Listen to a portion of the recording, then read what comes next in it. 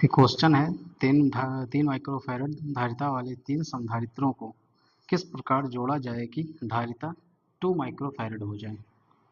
एक संलग्न चित्र दिया हुआ है, इसके अंदर 3 माइक्रोफैरड और यहाँ पे एक 3 माइक्रोफैरड, एक यहाँ पे अंतिम बिंदु ये है और एक प्रारंभिक बिंदु ये है।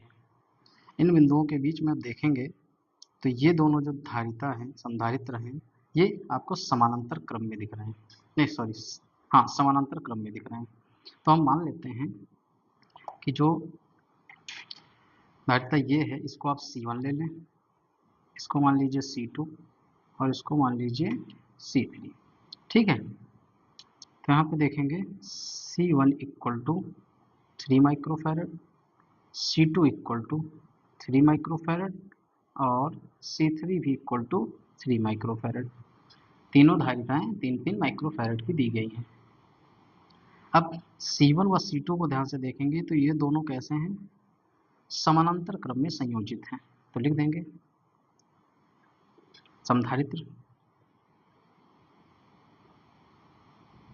C1 व C2 समानांतर क्रम में संयोजित हैं।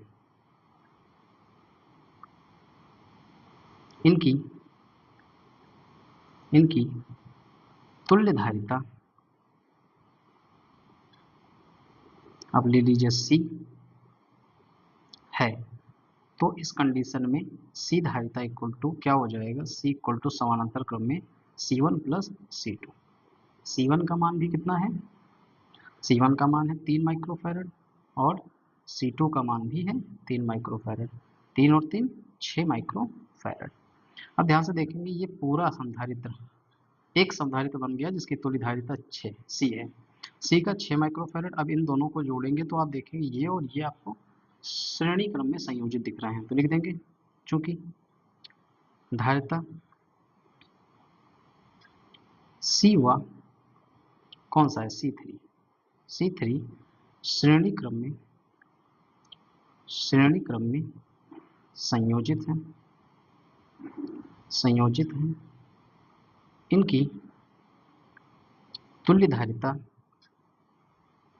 धारिता अब आप मान लीजिए यहाँ पे C माने हैं तो दूसरा मान लीजिए C डैश है।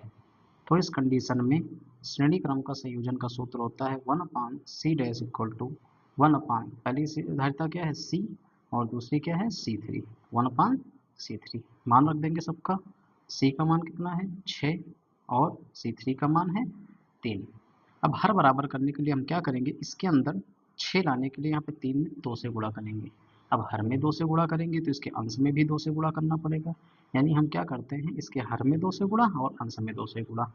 क्या हो जाएगा, ये हो जाएगा आपका 1/6 इक्वल टू 2 1 जा 2 डिवाइडेड 3 2 जा 6 यानी 6।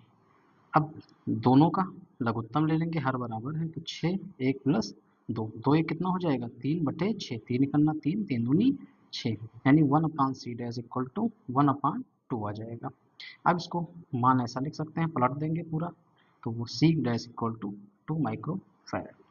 तो ये आपसे क्वेश्चन पूछा था कि 3 माइक्रोफैरड धारिता वाले को 3 संधारित्रों को किस प्रकार जोड़ा जाए कि तुल्य धारिता 2 माइक्रोफैरड हो जाए। तो देखिए हमारा उत्तर आ गया 2 माइक्रोफैरड। यानी सर्वप्रथम C1 C2 को समानांतर क्रम में, उसके पश्चात इनसे जो तुल्य धारिता मिलेगी उसको हम C3 के साथ में श्रेणी क्रम में संयोजित कर लेंगे और धारिता आपको 2 माइक्रोफैरड मिल जाएगी। ये हमारा इस क्वेश्चन का उत्तर हुआ।